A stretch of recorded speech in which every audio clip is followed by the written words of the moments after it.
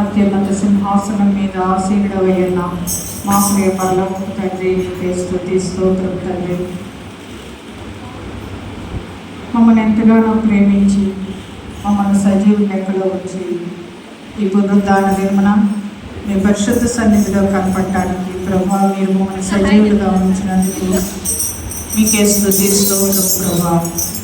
ఈ మధ్యాహ్న సమయమంతా మీ సన్నిధికి వచ్చుచుండగా పరమ తండ్రి మా మొరాలకించండి, మా ప్రార్థన చర్యలు మనం వేడుకుంటున్నాం. తల్లి కాకుండా మమ్మల్ని మీరు ఎక్కల చాటున భద్రపరుస్తున్న విధానం బట్టి మీకే స్తుతి స్తోత్రం నా తండ్రి. దేవా, మనుషుల ఎదుట నువ్వు కొనకపోతే ప్రభా నీవు పరలోకమందున తండ్రి ఎదుట నీవు కూడా మమ్మల్ని ఎరుగునంటావు కనుక ఈ లోకంలో మేమున్నంత కాలం నీ నామాన్ని మహిమ తెచ్చే బిడ్డలుగా నా తండ్రి మా మాట ద్వారా, క్రియ ద్వారా, ప్రవర్తన ద్వారా క్రీస్తు యేసుకు సంబంధించిన వారమని లోకములో చాటి చెప్పడానికి సహాయం దయచేయండి.